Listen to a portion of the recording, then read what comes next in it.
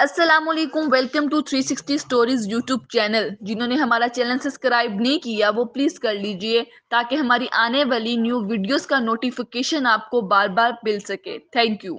बूढ़े की दुआ। जो काम तुम सूरज गुरूब होने के वक्त शुरू करोगी वो चांद के निकलने तक जारी रहेगा।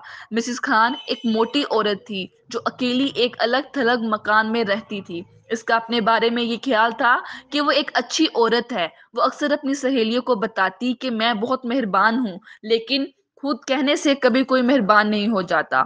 एक दिन एक आदमी ने मिसिस खान के घर के दरवाजे पे दस्तक दी। वो बहुत गरीब था। इसके कपड़े फटे हुए थे, बाल बिखरे हुए थे। वो बहुत परेशान हाल में था। आदमी ने मिसिस खान से खाने के लिए कुछ मांगा। मिसिस खान गुस्से से थलमलाती ही बाहर निकली और ये कहते हुए इस गरीब आदमी पर बरस पड़ी, जाओ दफा हो जाओ, मेरे पास तुम्हें खिलाने को कुछ नहीं।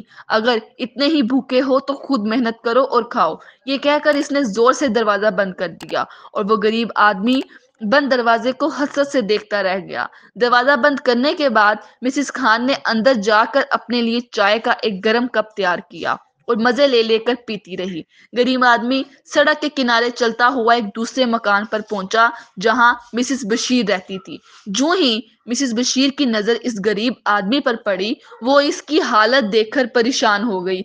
मिसिस बशीर ने इसे अपने पास बुलाया और कहा, तुम थके हुए दिखाई देते हो और तुम्हें सर्दी भी लग रही है। आओ अंदर आ जाओ और यहाँ बैठ जाओ। अगरचा मेरे पास कोई चाय वगैरह नहीं, लेकिन तुम परेशान ना हो।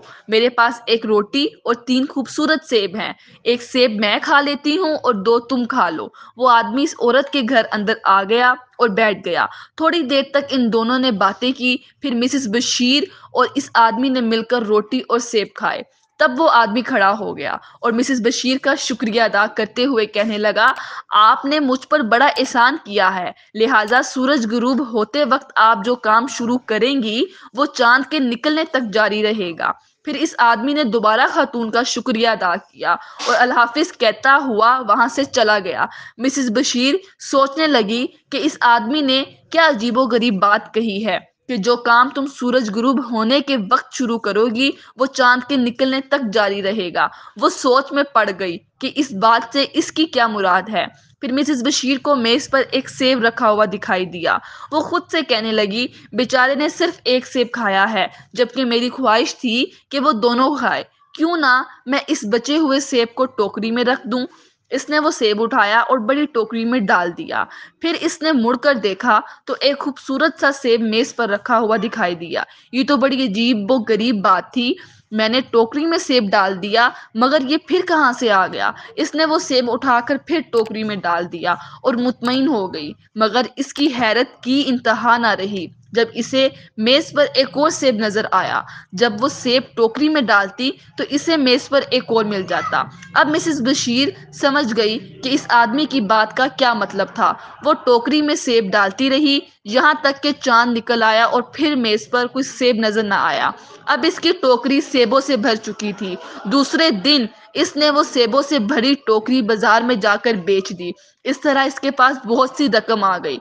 मिसिस बशीर की सहेली मिसिस खान, जिसने इस गरीब को धक्के देकर निकाल दिया था, इसने जब मिसिस बशीर को सेबों से भरी टोकरी देखी तो हैरत से इनकी आंखें खुल गई। इसने मिसिस बशीर से पूछा कि तमाम सेब तुमने कहाँ से लिए हैं? तुम्हारे घर में तो सेब का कोई दरख्त भी नहीं है।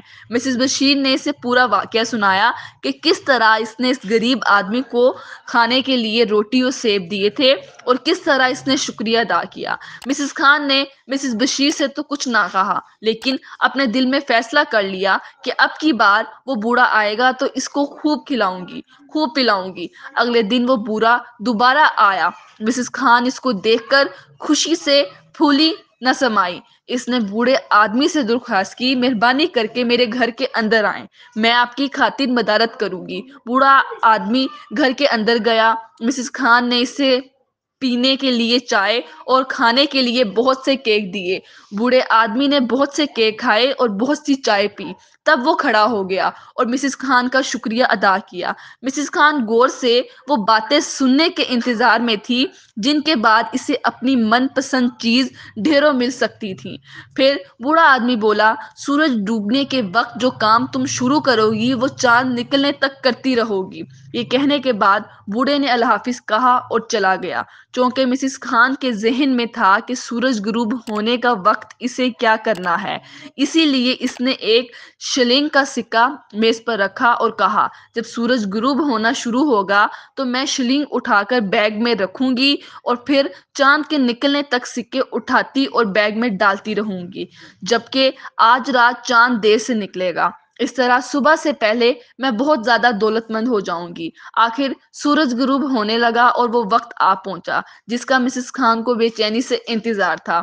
سورج غروب ہونے کے وقت قریب ہی تھا کہ مسز خان کا بے دہانی میں تیزی سے مڑی، جس کے نتیجے میں وہ میز پر رکھے ہوئی چائے سے بھرے برتن سے ٹکرا گئی اور چائے فرش پر گر کر بہنے لگی۔ اس نے جلدی سے کپڑا لیا اور فرش صاف کرنے لگی۔ جب وہ یہ کر رہی تھی تو اس وقت سورج غروب ہو گیا۔ پھر کیا ہوا؟ وہ بیچاری فرش صاف کرتی رہی یہاں تک کہ چاند نکل آیا، اور اس رات چاند دیر سے نکلا تھا۔ چونکہ اس نے لالچ کی خاطر بوڑھے کی مدد کی تھی، اس لیے اسے اپنے کیے کی سزا مل گئی۔ سچ کہتے ہیں، لالچ بری بلا ہے۔